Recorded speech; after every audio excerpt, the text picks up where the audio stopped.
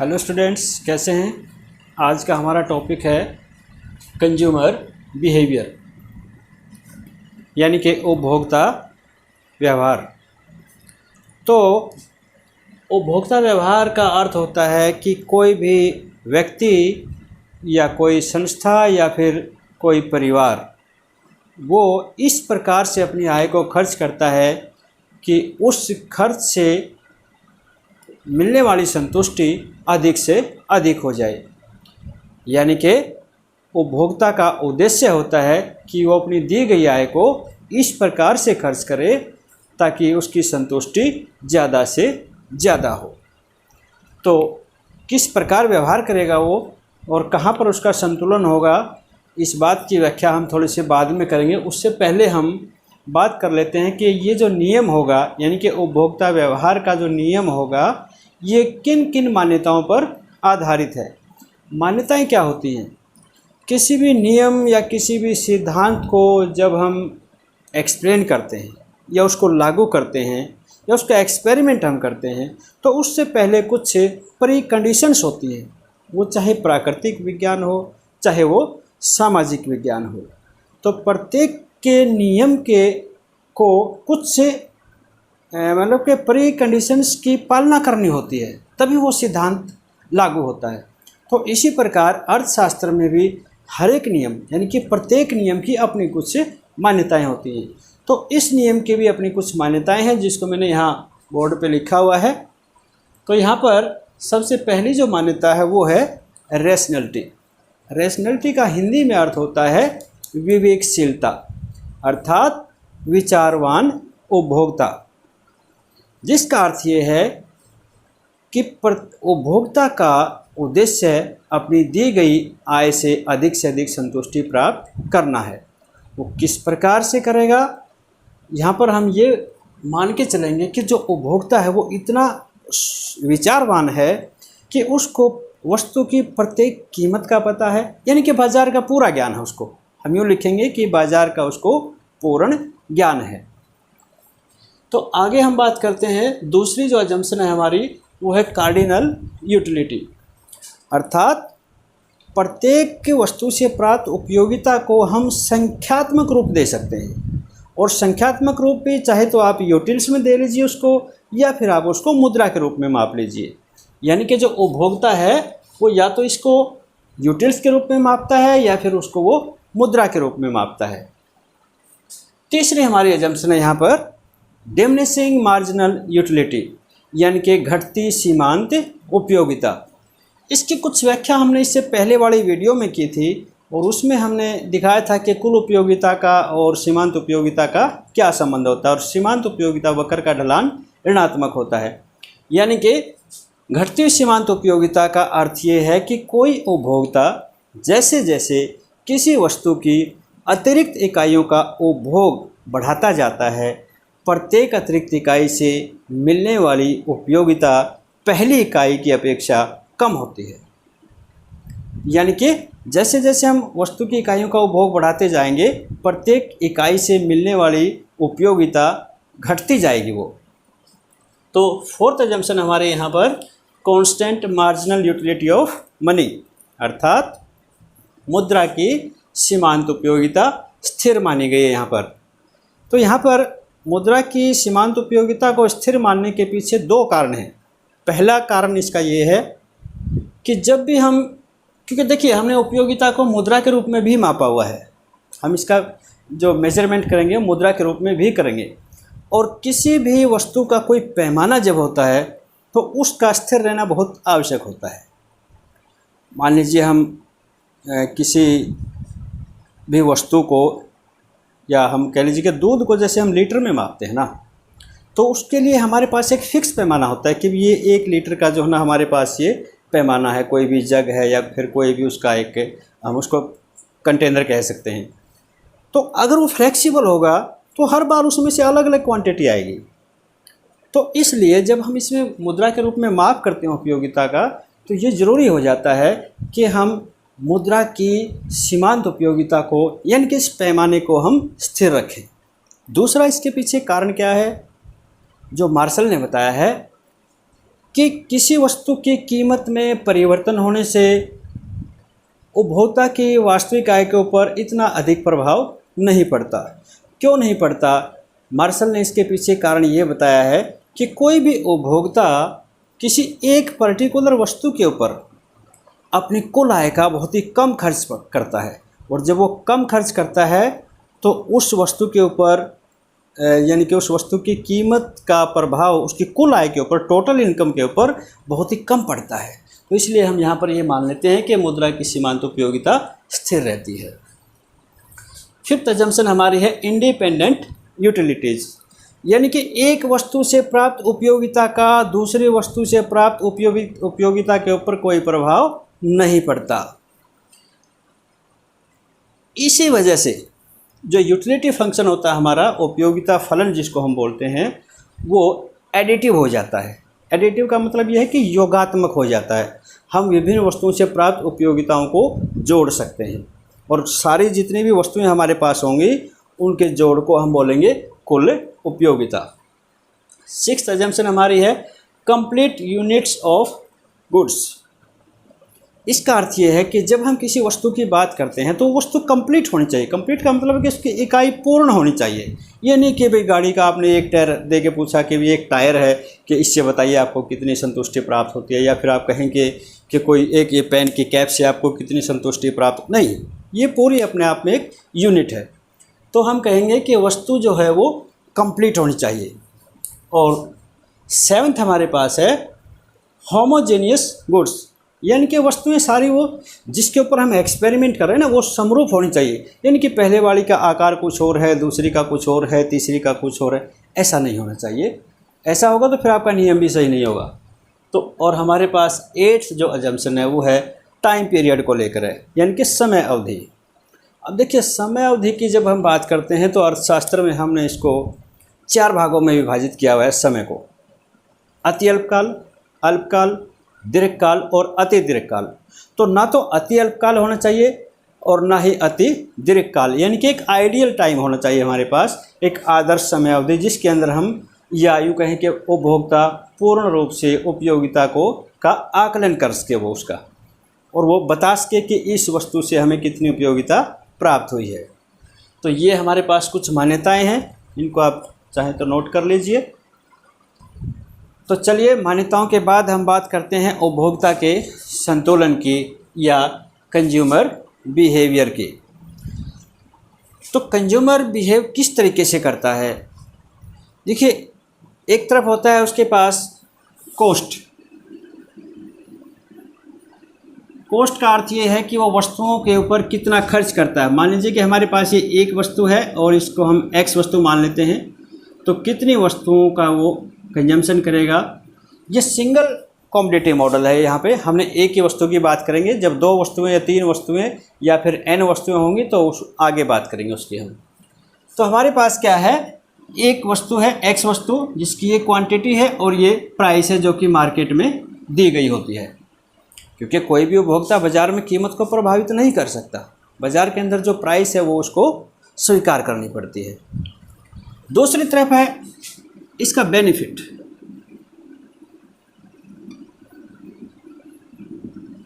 Benefit का अर्थ यह है कि उससे जो वस्तु का उपभोग करता है इससे प्राप्त उपयोगिता, यूटिलिटी ऑफ, यहाँ पे लिख देते हैं एक्स, यूटिलिटी ऑफ एक्स। उपभोक्ता का उद्देश्य होता है अपने बेनिफिट को मैक्सिमाइज करना। क्या करता है वो? बजट को मैक्सिमाइज करता है, यानी कि अधिक से अधिक बेनिफिट चाहता है वो। तो इस बेनिफिट कॉस्ट बेनिफिट एनालिसिस के आधार पे ही हम उपभोक्ता के व्यवहार की या इसके संतुलन की व्याख्या करेंगे अब आगे। तो चलिए देखते कैसे। तो मान लीजिए कि हमारे पास इस वस्तु से प्राप्त सीमांत उपयोगिता है, ये हमने पीछे वाली वीडियो में बनाया था इस तरीके से।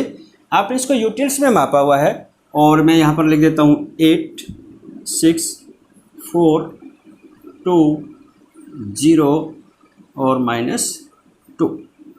ये हो गई आपके पास वस्तु से प्राप्त सीमांत उपयोगिता।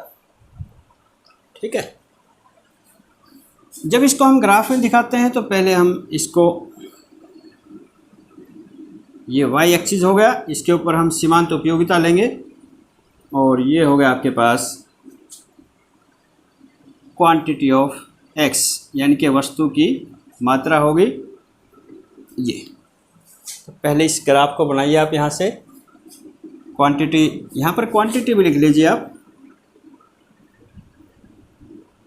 First, second, third, fourth, fifth और सिक्स्थ,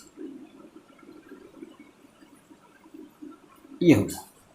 तो चलिए मिलाइए इसको, first, second, third, fourth, fifth और ये सिक्स्थ हो गया हमारे पास। मार्जिनल यूटिलिटी 2, 4, 6 और ये 8, क्योंकि ये नेगेटिव है तो इसको हम नीचे वाला पार्ट भी ले लेते हैं। यहाँ पर ये हो गया -2 -4। तो जब हम इस कर्व को मिलाएंगे, इन पॉइंट्सों को, इन कोऑर्डिनेट्स को मिलाएंगे, 8 और ये हो गया आपके पास 1, 6 और 2, यहाँ पे लिख लीजिए 1, 2, 3, 4, 5 और 6। तो 3 पे हो गया 4 और 4 पे हो गया ये 2 और 5 पे 0 है और 6 पे हमने लिखा था -2, तो इसको मिला देंगे यहाँ से। तो ये हमारा जो पिछला वीडियो में था उसी तरह से है ये। जिन बच्चों ने नहीं देखा पिछला वीडियो वो एक बार ज़रा मेहरबानी करके देख लें इसको। ये हो गया आपके पास मार्जिनल यूटिलिटी ऑफ एक्स। क्योंकि इसको ज़्यादा एक्सप्लेन नहीं कर पाऊँगा अब मैं, क्योंकि फिर ज़्यादा समय लग जाएगा इसके अंदर। तो हम बात करते हैं इसके संतुलन की, उपभोक्ता के संतुलन की।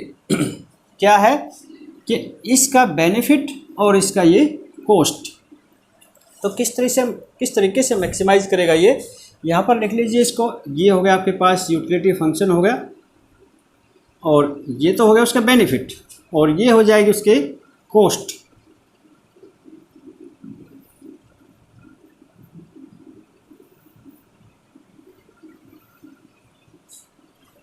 अब जिन बच्चों के पास मैथमेटिक्स है वो डायरेक्ट इसका विद रिस्पेक्ट टू क्यू या क्वांटिटी ऑफ एक्स इसका डिफरेंशिएशन कर सकते हैं। तो यहाँ पर ये आ जाएगा अपने पास D U by D Q is equal to minus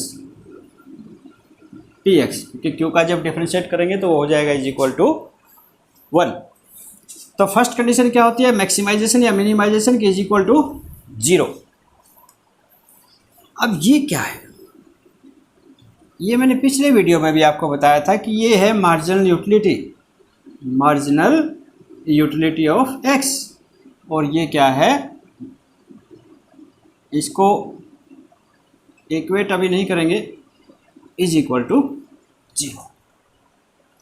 तो इसको आप कर दीजिए equal marginal utility of X is equal to price of X. तो ये हो गया आपके पास संतुलन, यानी कि उपभोक्ता किस समय संतुलन में होगा, जब उसकी सीमांत उपयोगिता कीमत के बराबर हो जाएगी। ठीक है, क्लियर है यहाँ तक? ओके।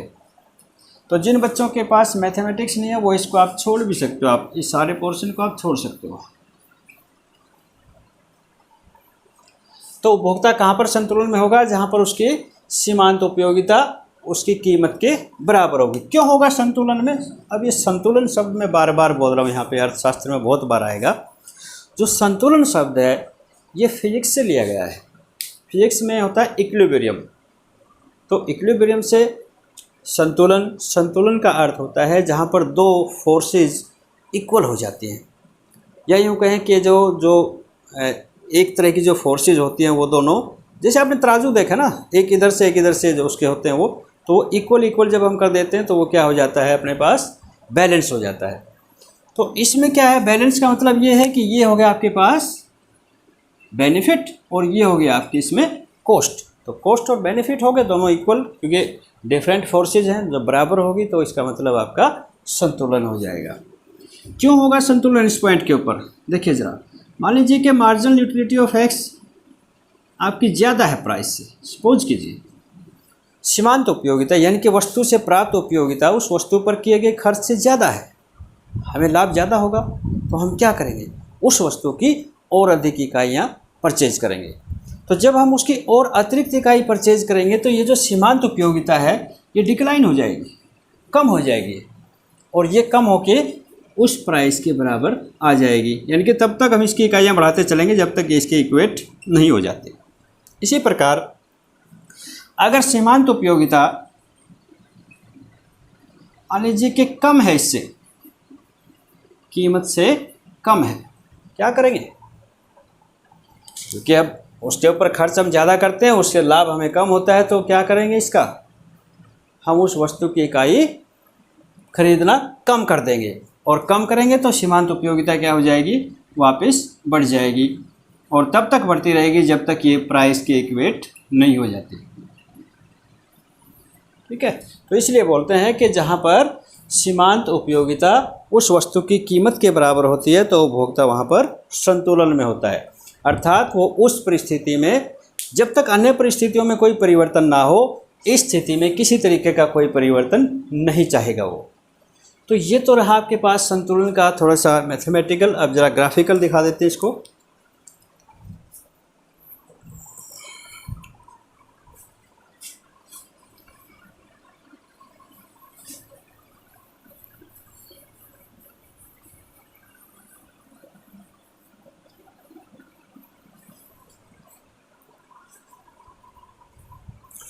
यहीं पे दिखा देते हैं इसको, इधर से ये जरा कर देते हैं इसको।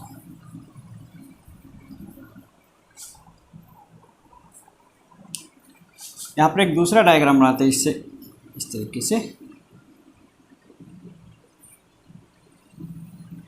ये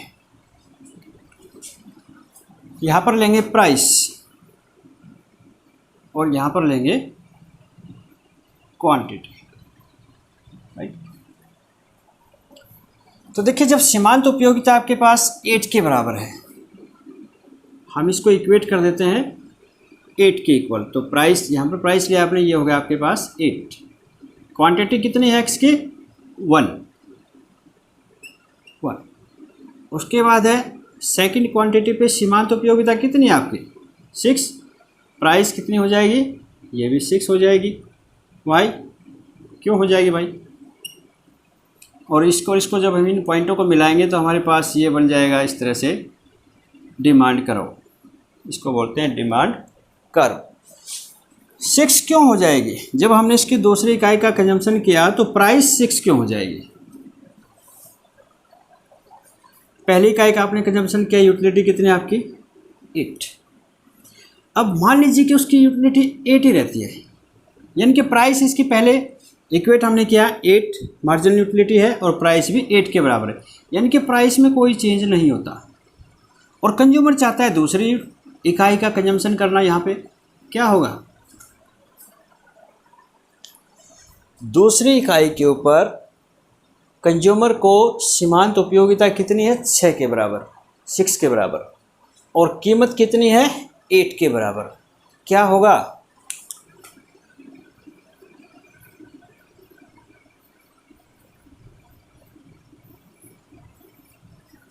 ये कंडीशन हो जाएगी, यानी कि सीमांत उपयोगिता कीमत से कम हो जाएगी। अब उसके पास 2 ऑप्शन है यहाँ पे, या तो वो अपनी इकाई को कंजम्पशन को कम करेगा तो सीमांत उपयोगिता 8 और प्राइस भी 8 है, संतुलन में थे ही हम पहले, लेकिन वो चाहता है इसकी ज़्यादा इकाइयों का कंजम्पशन करना, तो वो ज़्यादा इकाइयों को तभी खरीदेगा जब इस वस्तु की कीमत कम होके 6 रुपये हो जाएगी, 6 रुपीज़ हो जाएगी, तो क्वांटिटी आपकी इंक्रीज हो जाएगी। तो जब भी आप इन पॉइंटों को मिलाओगे, 4 को यहाँ से, ये भी 4 हो गया और यहाँ पे ये हो गया आपके पास 3rd यूनिट ऑफ कमोडिटी, तो आगे तक मिलाते जाओगे तो आपके पास ये आ जाएगा डिमांड कर्व, राइट। ओके, तो ये है हमारे पास सिंगल कमोडिटी मॉडल। अब दूसरे आपके दिमाग में ये बात होगी कि सर आपने एक मान्यता बोली थी, marginal utility of money is constant, उसका तो आपने कहीं जिक्र किया ही नहीं। ये तो हो गया संतुलन, फिर उसकी क्या ज़रूरत पड़ी थी आपको बोलने की।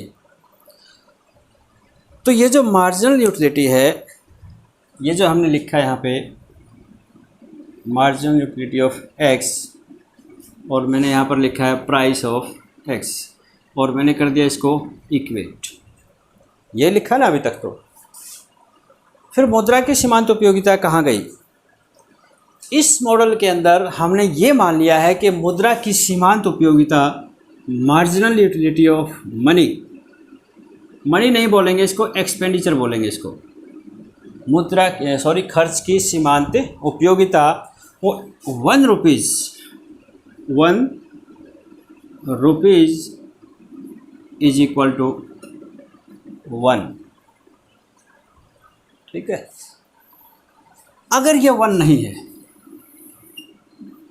1 नहीं है, फिर ये कंडीशन नहीं है हमारे पास संतुलन की, क्या हो जाएगी फिर वो? तो इसको क्या करेंगे हम, marginal utility of X by P X is equal to marginal utility of expenditure, खर्च। हमारे पास संतुलन की शर्त ये होगी। अब इससे हमारे पास ये जो है ना 2 बेनिफिट होंगे इससे। क्या? एक तो जब खर्च की सीमांत उपयोगिता दी गई हो, यहाँ पर कोई भी किसी भी तरीके की हो, संतुलन हम इस तरीके से दिखा सकते हैं। दूसरा, किसी वस्तु की सीमांत उपयोगिता को भी माप सकते हैं हम यहाँ से। देखिए, marginal utility of X is equal to price of X into marginal utility of expenditure. तो ये क्या होगा आपके पास, जब हमारे पास खर्च की सीमांत उपयोगिता हो, या यूँ कहें कि मार्जिनल यूटिलिटी ऑफ मनी दी गई हो, और उस वस्तु की कीमत का हमें ज्ञान हो, तो हम उस वस्तु से प्राप्त सीमांत उपयोगिता का आकलन मुद्रा के रूप में कर सकते हैं। तो ये इसका दूसरा लाभ हो जाएगा। तो जब इस तरह की कंडीशन की हम बात करते हैं, यानी कि मुद्रा की सीमांत उपयोगिता 1 रुपये के बराबर ना देके कुछ और यूनिट्स में दी गई है, 3 में या 4 में या 5 में, फिर इसके संतुलन की जो शर्त है ना, ये बदल जाएगी। कैसे बदल जाएगी, इसको ज़रा देखिए। अभी हमने यहाँ पे ये है सीमांत उपयोगिता आपके पास, ये, तो इसको ज़रा दोबारा लिखिए, 8 6 4 2 0 -2। अब मान लीजिए कि मुद्रा की सीमांत उपयोगिता दी गई है, या एक्सपेंडिचर की सीमांत उपयोगिता हमारे पास है 4 के बराबर, इज इक्वल टू 4। तो इक्विलिब्रियम की कंडीशन क्या होगी, इसको डिवाइड करेंगे अब हम, किससे? प्राइस से, क्योंकि मार्केट में प्राइस भी दी गई होगी। Price of X is equal to, मान लीजिए कि हमारे पास है 2 रुपीज़ के बराबर, आपके पास होगी प्राइस, तो डिवाइड कर दीजिए इसको। 2, ये 2 हो गया आपके पास, ये 2 हो गया आपके पास, ये 2, तो डिवाइड करेंगे तो ये हो गया आपके पास 4 3 2, और ये हो गया आपके पास 1, और ये नॉट कंसीडर, और ये भी नॉट कंसीडर। नॉट कंसीडर मैंने क्यों लिखा है यहाँ पे, 0 को किसी चीज़ से डिवाइड करते हैं तो 0 हो जाता है वो, इसलिए हम यहाँ पर नहीं आएंगे। यहाँ का मतलब ये है कि जब आप यहाँ पे प्राइस लोगे तो इसका मतलब ये, अगर आपको वस्तु फ्री मिलती है तो ही आप इसका कंजम्पशन करोगे, अदरवाइज नहीं करोगे। तो यहाँ पर मार्जिनल यूटिलिटी ऑफ एक्सपेंडिचर कितना हमने लिया है यहाँ पर, 4। कहाँ है 4? तो ये क्या बन गया आपके पास, marginal utility of X divide by P X. इसको बोलते हैं वेटेड मार्जिनल यूटिलिटी। क्या बोलेंगे इसको, वेटेड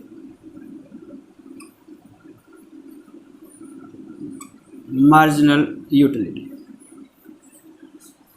वेटेड मार्जिनल यूटिलिटी बोलते हैं इसको। तो चलिए आगे नेक्स्ट, तो इक्विलिब्रियम दिखाएंगे इसका, mu इज इक्वल टू 4 के बराबर है। तो यहाँ पर जगह नहीं बची है, तो इसको ज़रा रब कर देते हैं यहाँ से।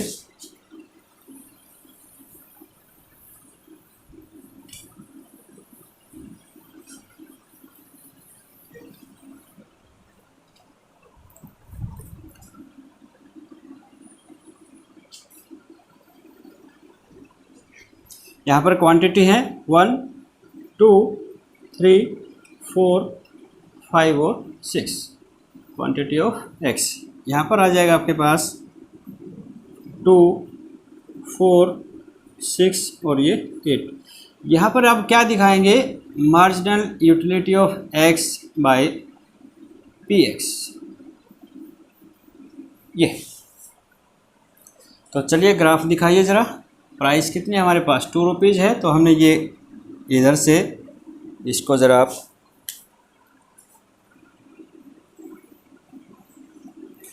दिखाइए इसको। 4 1 क्वांटिटी पे कितना है, 4 हो जाएगा, ये हो गया आपके पास।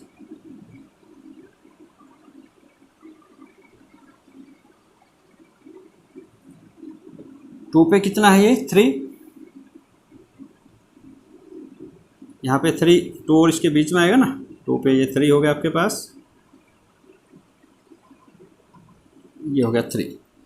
और 3 क्वांटिटी पे कितना है, ये 2, ये हो जाएगा आपके पास 2 और 4, इस पे आपके पास है 4 के ऊपर ये 1, तो 1 आ जाएगा आपके पास यहाँ, ये हो गया। आगे 0 है, लिखने की ज़रूरत नहीं है इसको।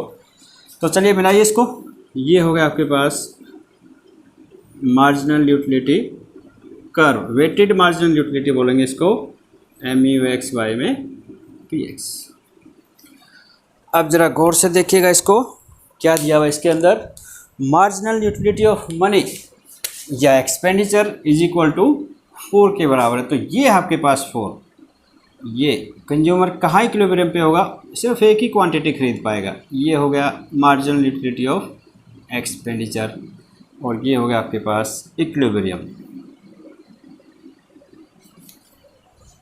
ठीक है, तो उपभोक्ता कहाँ संतुलन में होगा, जहाँ उसका वेटेड मार्जिनल यूटिलिटी वर्कर किसको काटेगा, मार्जिनल यूटिलिटी ऑफ एक्सपेंडिचर को, तो कंज्यूमर का हो जाएगा वहाँ पर संतुलन।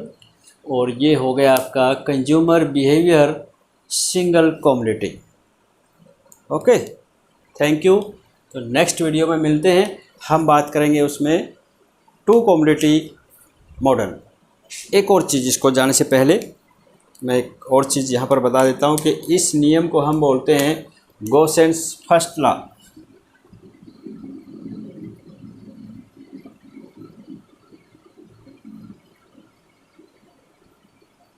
First law,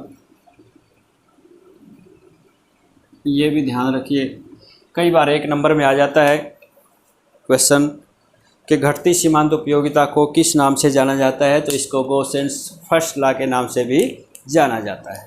okay, thank you.